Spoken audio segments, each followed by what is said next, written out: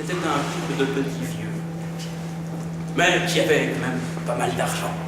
Ils vivaient dans une grosse maison, et tout allait bien jusqu'au jour où lui meurt. On l'oublie. Alors là, notre vieille se retrouve toute seule. Elle a vécu toute sa vie à côté de cet homme.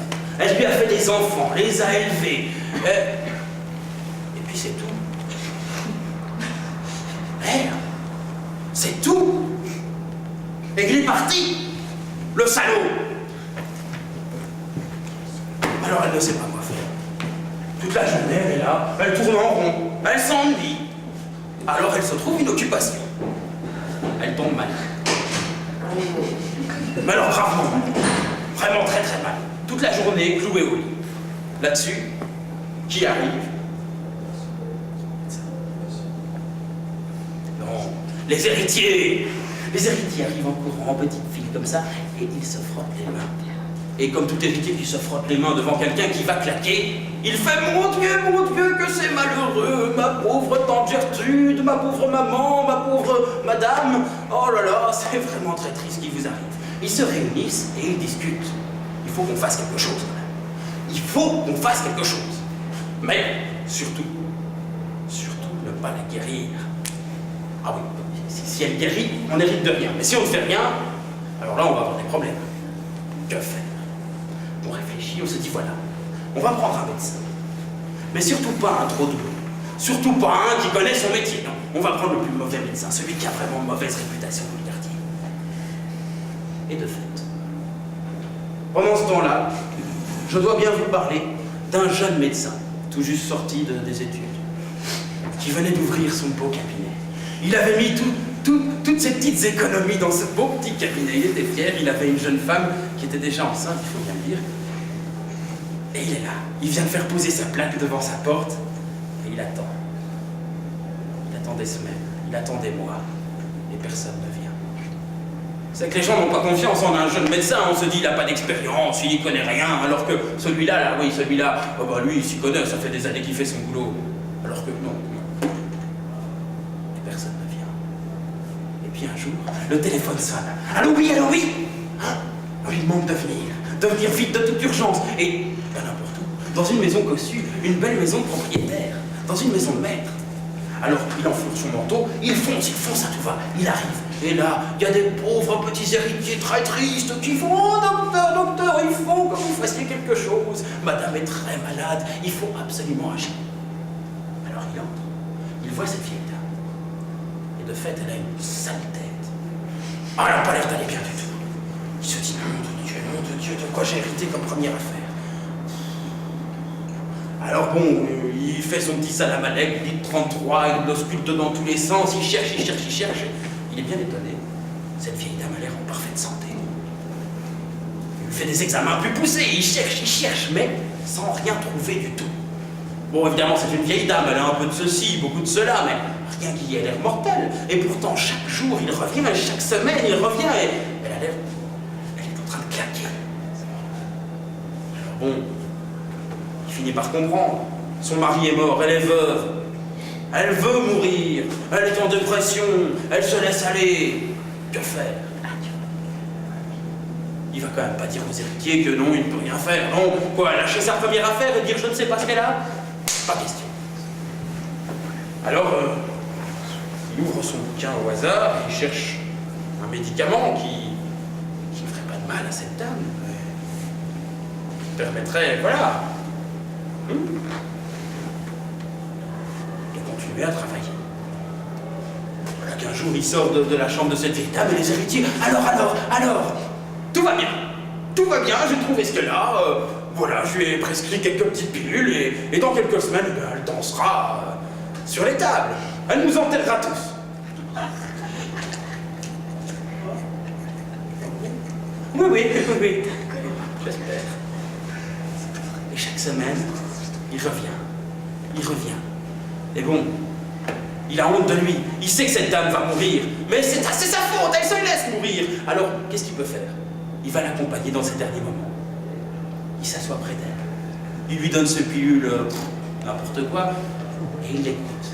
Il parle avec elle. Elle lui dit, ouh, docteur, vous savez, mon dos, oh là là, c'est terrible. Et puis, les yeux, parfois je vois trop. Et puis, parfois, tout d'un coup, ouh, j'ai mal, la lumière me fait mal. Oui, la lumière me fait mal. Alors, j'ai mal à la tête, et puis, alors, quand j'ai mal à la tête, mes oreilles sifflent. Et quand mes oreilles sifflent, alors je tremble. Alors, quand je tremble, je bois de l'eau. Mais alors, quand je bois de l'eau, j'ai la gorge comme ça ne va pas du tout. Je tousse, et quand je tousse, et ben, je dois vous avouer, je fume, j'ai envie d'une cigarette. Alors, ne dites pas à mes enfants que je fume. Mais alors, à ce moment-là, quand je fume, c'est encore pire. Je tousse encore plus, et je finis par aller à Celle. Et alors, à Celle, c'est vert, c'est bizarre, c'est...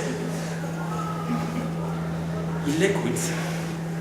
Et puis, de semaine en semaine, cette dame qui lui raconte toute sa vie, il lui semble quand même qu'elle va bien. Au bout d'un mois, elle est assise sur son lit. Elle lui montre l'album de la famille. Là, vous voyez, c'est René. Il est mort. Et là, c'est Roger. Il est mort aussi. Là, c'est André.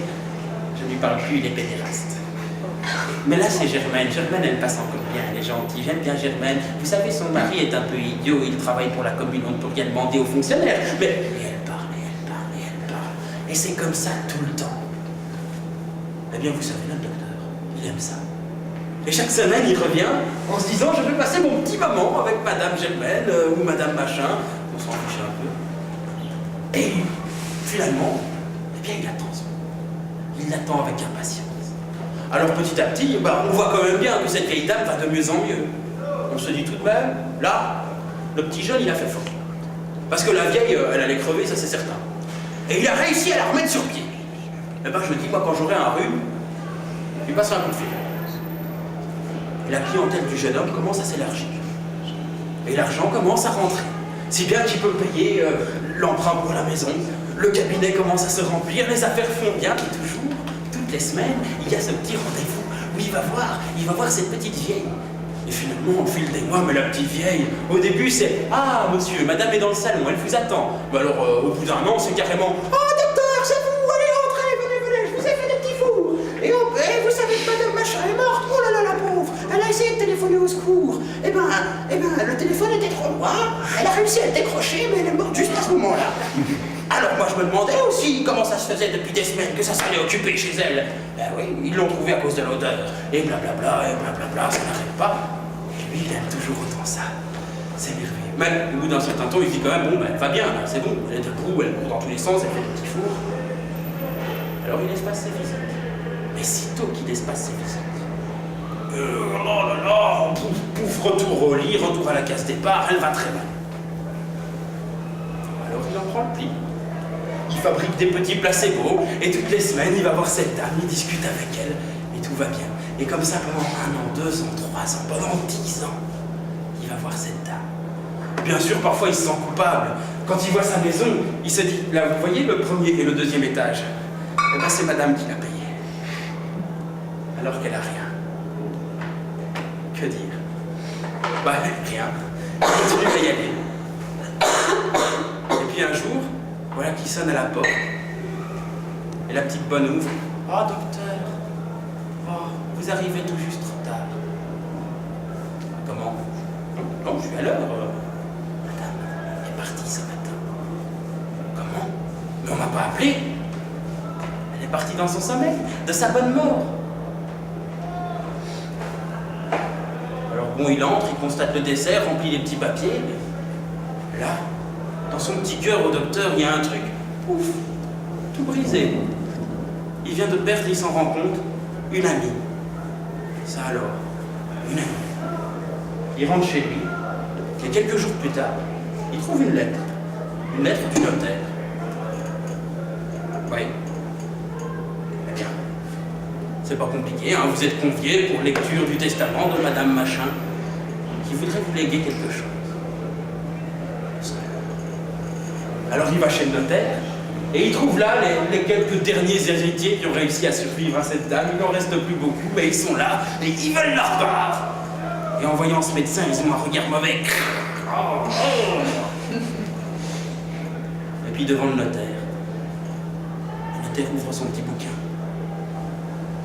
Et là, dans le testament, on peut lire: je lègue au docteur Dupont tout ce qui se trouvera dans mon petit bonheur du jour.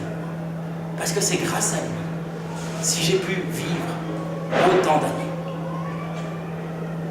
Alors, dans le petit bonheur du jour, quand on a ouvert ce petit mur, dedans, on a pu trouver toutes les pilules, tous les onguents, toutes les huiles que le cher docteur lui avait prédit pendant 10 ans. Les cachets étaient encore dessus. Aucune boîte n'avait